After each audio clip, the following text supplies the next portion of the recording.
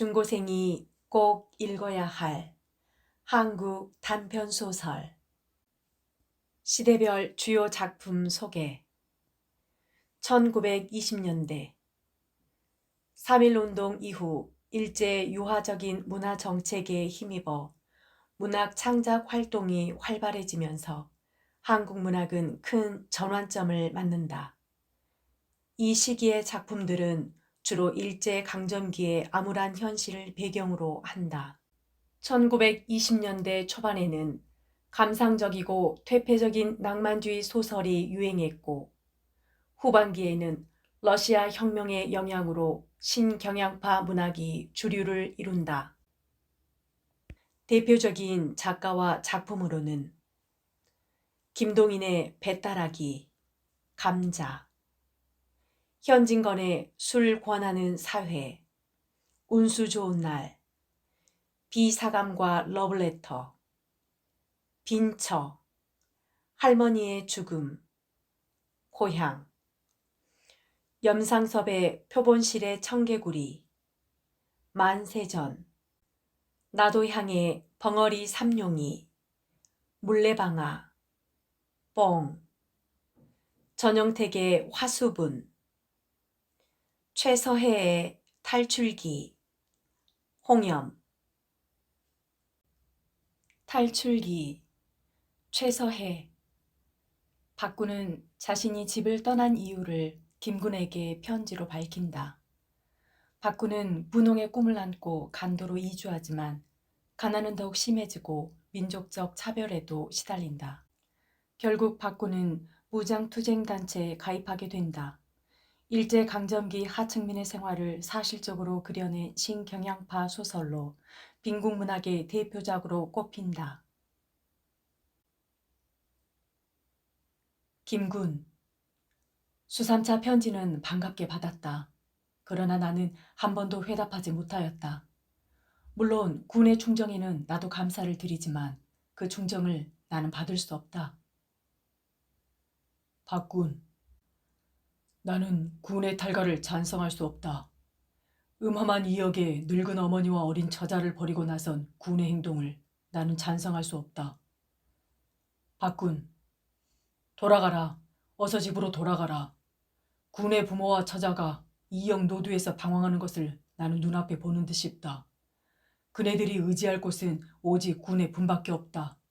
군은 그네들을 구하여야 할 것이다. 군은 군의 가정에서 동량이다.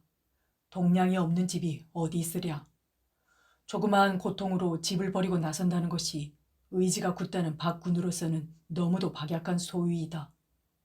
군은 XX단에 몸을 던져 X선에 섰다는 말을 일전 황군에게서 듣기는 하였으나 그렇다 하여도 나는 그것을 시인할 수 없다. 가족을 못 살리는 힘으로 어찌 사회를 건지랴. 박군, 나는 군이 돌아가기를 중종으로 바란다. 군의 가족이 사람들 발 아래서 짓밟히는 것을 생각할 때 군의 가슴인들 어찌 편하랴. 김군. 군은 이라 말을 편지마다 썼지. 나는 군의 뜻을 잘 알았다. 내 사랑하는 나의 가족을 위하여 동정하여 주는 군에게 내 어찌 감사치 않으랴. 정다운 벗의 충고에 나는 늘 울었다. 그러나 그 충고를 들을 수 없다.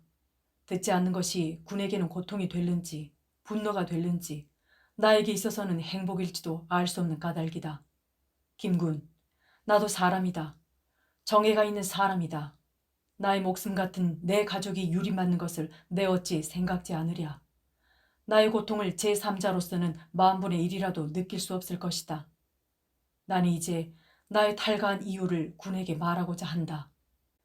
여기에 대하여 동정과 비난은 군의 자유이다. 나는 다만 이러하다는 것을 군에게 알릴 뿐이다.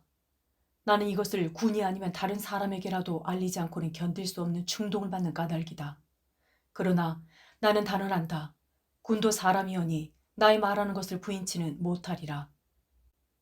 김군, 내가 고향을 떠난 것은 5년 전이다. 이것은 군도 아는 사실이다. 나는 그때 어머니와 아내를 데리고 떠났다. 내가 고향을 떠나 간도로 간 것은 너무도 절박한 생활에 시들은 몸이 새 힘을 얻을까 하여 새 희망을 품고 새 세계를 동경하여 떠난 것도 군이 아는 사실이다. 간도는 천부 금탕이다.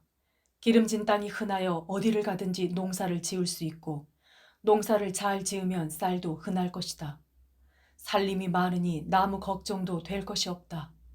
농사를 지어서 배불리 먹고 뜨듯이 지내자. 그리고 깨끗한 촉 하나 지어놓고 글도 읽고 무지한 농민들을 가르쳐서 이상촌을 건설하리라. 이렇게 하면 간도의 황무지를 개척할 수도 있다. 이것이 간도 갈 때의 내 머릿속에 그리웠던 이상이었다. 이때 나는 얼마나 기뻤으랴.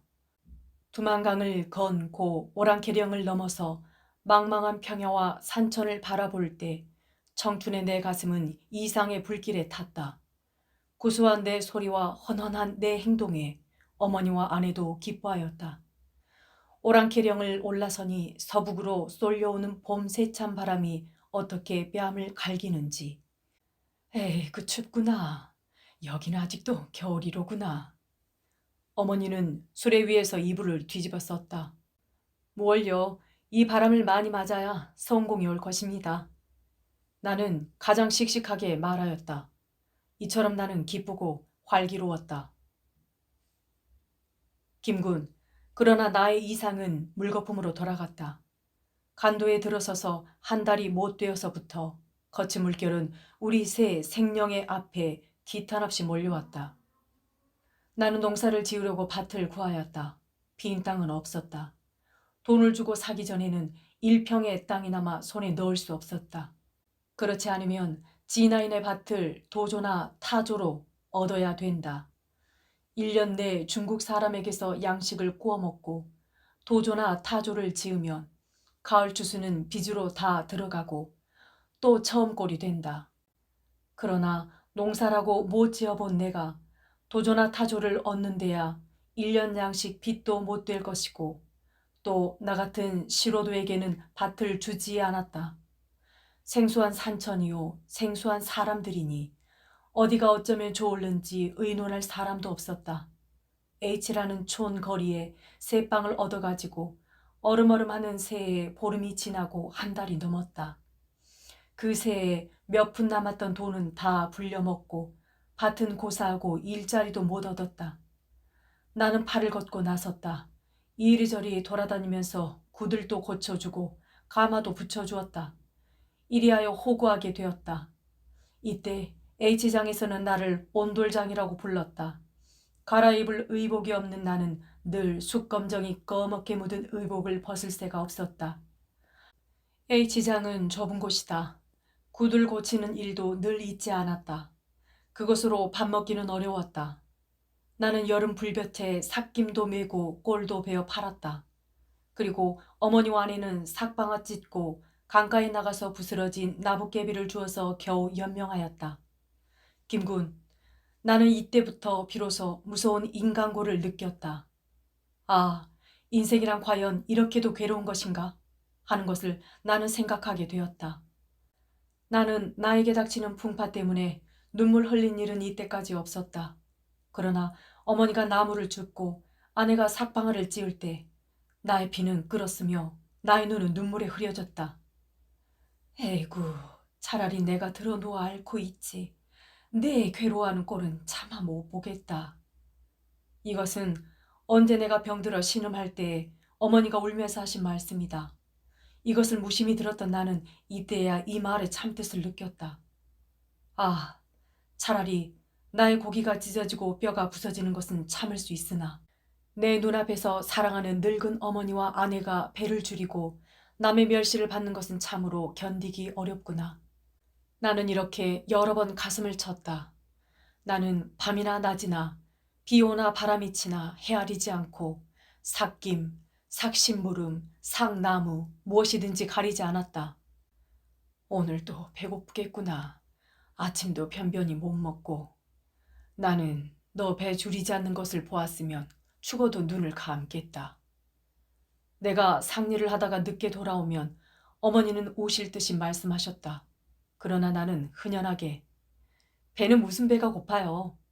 대답하였다. 내 아내는 늘 별말이 없었다. 무슨 일이든지 시키는 대로 속옷하고 아무 소리 없이 순종하였다. 나는 그것이 더욱 불쌍하게 생각되었다. 나는 어머니보다는 아내 보기가 퍽 부끄러웠다. 경제의 자립도 못 되는 내가 왜 장가를 들었누? 이것이 부모의 한 일이지만 나는 이렇게도 단식하였다.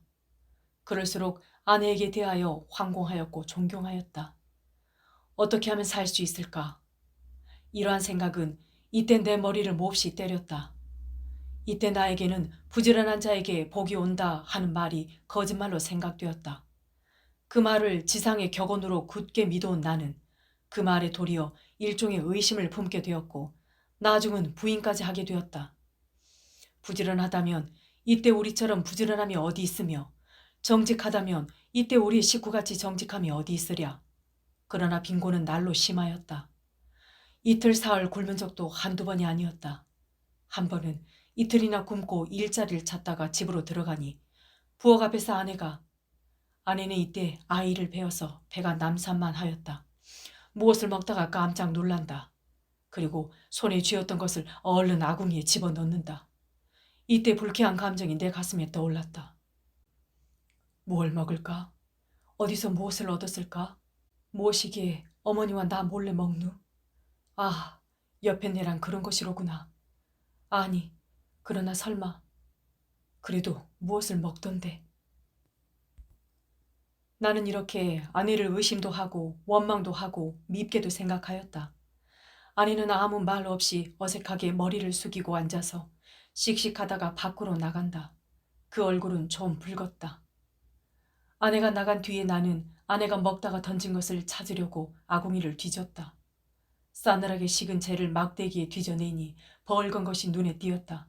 나는 그것을 집었다. 그것은 귤 껍질이다. 거기엔 배 먹은 이자국이 났다. 귤 껍질을 쥔 나의 손은 떨리고 이자국을 보는 내 눈에는 눈물이 괴었다. 김군, 이때 나의 감정을 어떻게 표현하면 적당할까? 오죽 먹고 싶었으면, 오죽 배고팠으면 길바닥에 내 던진 귤 껍질을 주워 먹을까? 더욱 몸비지 않은 그가, 아, 나는 사람이 아니다. 그러한 아내를 나는 의심하였구나. 이놈이 어찌하여 그러한 아내에게 불평을 품었는가? 나 같은 간악한 놈이 어디 있으랴. 내가 양심이 부끄러워서 무슨 면목으로 아내를 볼까? 이렇게 생각하면서 나는 느껴가며 눈물을 흘렸다. 귤 껍질을 쥔 채로 이를 악물고 울었다. 야, 어째 우느냐. 일어나거라. 우리도 살 때 있겠지. 늘 이렇게 했느냐. 하면서 누가 어깨를 친다. 나는 그것이 어머니인 것을 알았다. 나는 아이고 어머니, 나는 불효애다 하면서 어머니의 발을 안고 자꾸자꾸 울고 싶었다. 그러나 나는 아무 소리 없이 가슴을 부둥켜 안고 밖으로 나왔다. 내가 왜 우누? 울기만 하면 무엇하나. 살자, 살자. 어떻게든지 살아보자. 내 어머니와 내 아내도 살아야 하겠다.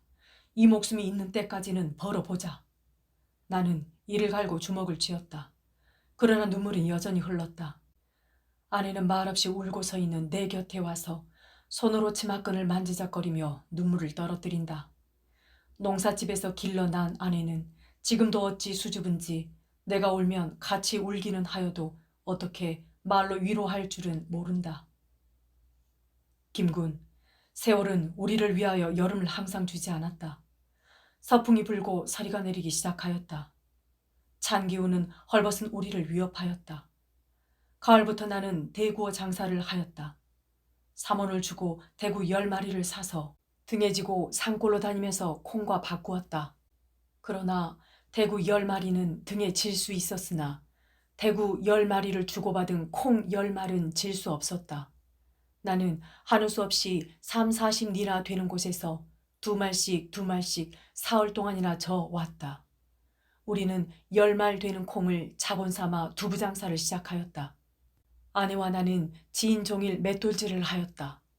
무거운 맷돌을 돌리고 나면 팔이 뚝 떨어지는 듯 하였다. 내가 이렇게 괴로울 적에 해산한 지 며칠 안 되는 아내의 괴로움이야 어떠하였으랴. 그는 늘 낯이 부석부석하였다. 그래도 나는 무슨 불평이 있는 때면 아내를 욕하였다.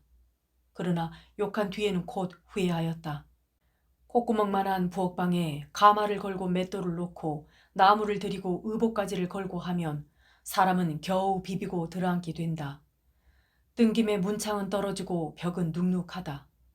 모든 것이 후질근하여 의복을 입은 채 미지근한 물속에 들어앉은 듯 하였다. 어떤 때는 애써 갈아놓은 비지가 이 뜬 김 속에서 쉬어버렸다. 부둣물이 가마에서 몹시 끓어 번질 때에 우윳빛 같은 부둣물 위에 버터빛 같은 노란 기름이 엉기면 그것은 두부가 잘 될 징조다. 우리는 안심한다. 그러나 두부물이 희멀끔해지고 기름기가 돌지 않으면 거기에만 시선을 쏘고 있는 아내의 낯빛부터 글러가기 시작한다. 초를 쳐 보아서 부둣발이 서지 않고 매캐지근하게 풀려질 때에는 우리의 가슴은 덜컥한다. 또 쉰게로구나. 저를 어쩌누. 젖을 달라고 빽빽 우는 어린아이를 안고 서서 부둣물만 들여다보시던 어머니는 목매인 말씀을 하시면서 우신다. 이렇게 되면 온 집안은 신산하여 말할 수 없는 울음, 비통, 처참, 소조한 분위기에 쌓인다. 너 고생한 게 애달프구나. 팔이 부러지게 갈아서 그거 팔아서 장을 보려고 태산같이 팔았더니. 어머니는 그저 가슴을 뜯으면서 운다. 아내도 울 듯 울듯이 머리를 숙인다. 그 두부를 판대야 큰 돈은 못 된다. 기껏 남는 데야 20전이나 30전이다. 그것으로 우리는 호구를 한다. 20전이나 30전에 어머니는 운다. 아내도 기운이 준다. 나까지 가슴이 바짝바짝 조인다. 그날은 하는 수 없이 쉰 부둣물로 때를 메우고 지낸다. 아이는 젖을 달라고 밤새껏 빽빽거린다. 우리의 살림에는 이런 것도 귀찮았다. 울면서 겨자 먹기로 괴로운 대로 또 두부를 하지 않으면 안 된다. 그러나 이번에는 뗄 나무가 없다. 나는 낫을 들고 떠난다. 내가 낫을 들고 떠나면 산후 여독으로 신음하는 아내도 낫을 들고 말없이 나를 따라 나선다. 어머니와 나는 굳이 만류하나 아내는 듣지 않는다. 내 손으로 하는 나무 이것만 마음 놓고는 못한다. 산 임자에게 들키면 여간한 경을 치지 않는다. 그러므로 우리는 황혼이면 산에 가서 도적나무를 하여 치고 밤이 깊어서 돌아온다. 아내는 이고 나는 지고 캄캄한 밤에 산 비탈로 내려오다가 발이 미끄러지거나 돌에 채면 곤두박질을 하여 나무찜 속에 든다. 아내는 소리 없이 이었던 나무를 내려놓고 나무찜에 눌려서 버둥거리는 나를 겨우 끄집어 일으킨다. 그러나 내가 나무찜을 치고 일어나면 아내는 혼자 나무찜을 이지 못한다. 또 내가 나무찜을 벗고 아내에게 이어주면 나는 추워주는 이 없이는 나무찜을 질 수 없다. 하는 수 없이 나는 후에 지기 편하도록 어떤 높은 바위에 벗어놓고 아내에게 이어준다. 이리하여 산비탈을 내려오면 언제 왔는지 어머니는 애를 업고 우두루들 떨면서 산 아래서 기다리시다가도 인제 오니? 나는 너 또 붙들리지나 않는가 하여 혼이 났다 하신다. 이때마다 내 가슴은 저렸다. 나는 이렇게 나무 도적질을 하다가 중국 경찰서에까지 잡혀가서 여러 번 맞았다. 이때 이웃에서는 우리를 조소하고 경찰에서는 우리를 의심하였다. 흥, 신수가 멀쩡한 년놈들이 그 꼴이야. 어디가 일자리도 구하지 않고. 그 눈이 누래서 두부 장사하는 꼬락서니는 참 더러워서 못 보겠네. 불알을 달고 나서 그렇게야 살리. 이것은 이웃 남녀가 비웃는 소리였다.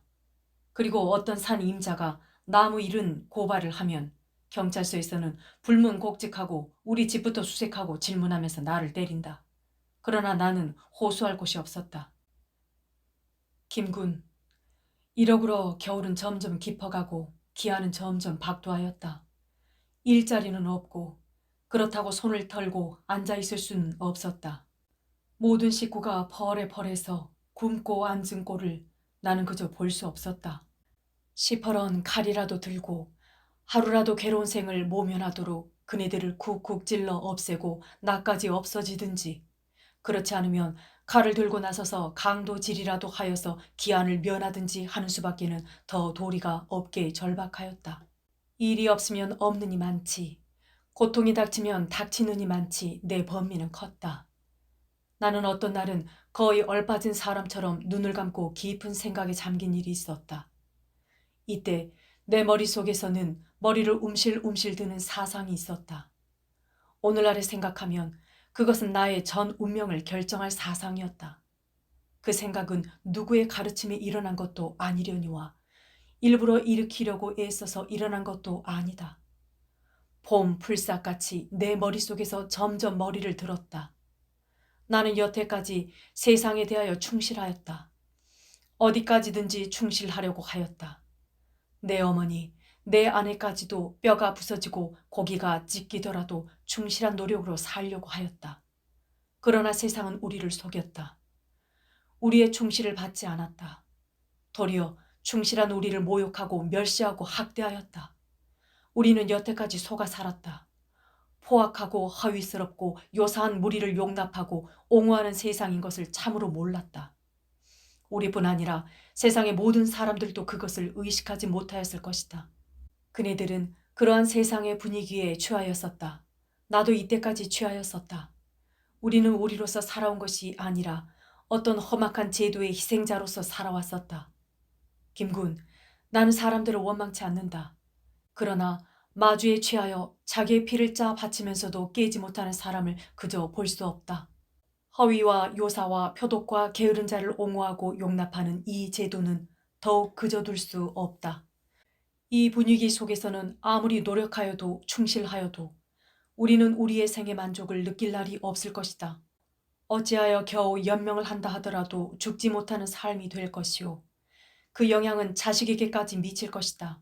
나는 어미 품속에서 빽빽하는 어린 것의 장래를 생각할 때면 애잡자란 감정과 분함을 금할 수 없다. 내가 늘 이 상태면 그것은 거의 정한 이치다. 그에게는 상당한 교양은 고사하고 다리 밑이나 남의 집 문간에 버리게 될 터이니 아, 삶을 받은 한 생명을 죄 없이 찌그러지게 하는 것이 어찌 애답지 않으며 분치 않으랴. 그렇다 하면 그것을 나의 죄라 할까? 김군, 나는 더 참을 수가 없었다. 나는 나부터 살려고 한다. 이때까지는 최면술에 걸린 송장이었다. 제가 죽은 송장으로 남을 어찌 살리랴. 그래서 나는 나에게 최면술을 걸려는 무리를 험악한 이 공기의 원류를 쳐부수려고 한 것이다. 나는 이것을 인간의 생의 충동이며 확충이라고 본다. 나는 여기서 무상의 법렬을 느끼려고 한다. 아니, 벌써부터 느껴진다. 이 사상이 드디어 나로 하여금 집을 탈출케 하였으며 XX단에 가입하게 하였으며 비바람 밤낮을 헤아리지 않고 벼랑 끝보다 더 험한 X선에 서게 한 것이다. 김군, 거듭 말한다. 나도 사람이다. 양심을 가진 사람이다. 애정을 가진 사람이다. 내가 떠나는 날부터 식구들은 더욱 공경에 들 줄도 나는 알았다. 자칫하면 눈 속이나 어느 구렁에서 죽는 줄도 모르게 굶어 죽을 줄도 나는 잘 안다. 그러므로 나는 이곳에서도 남의 집 행랑 어멈이나 아범이며 노두에 방황하는 거지를 무심히 보지 않는다. 아, 나의 식구도 그럴 것을 생각할 때면 자연히 흐르는 눈물과 부직부직 찢기는 가슴을 덮쳐 잡는다. 그러나 나는 이를 갈고 주먹을 쥔다. 눈물을 아니 흘리려고 하며 비애에 상하지 않으려고 한다. 울기에는 너무도 때가 늦었으며 비애에 상하는 것은 우리의 비약을 너무도 표시하는 듯 싶다. 어떠한 고통이든지 참고 분투하려고 한다. 김군, 이것이 나의 탈간 이유를 대략 적은 것이다. 나는 나의 목적을 이루기 전에는 내 식구에게 편지도 하지 않으려고 한다. 그네가 죽어도 내가 또 죽어도. 나는 이러다가 성공 없이 죽는다 하더라도 원한이 없겠다. 이 시대, 이 민중의 의무를 이행할 까닭이다. 아, 김구나. 말을 다하였으나 정은 그저 가슴에 넘치누나.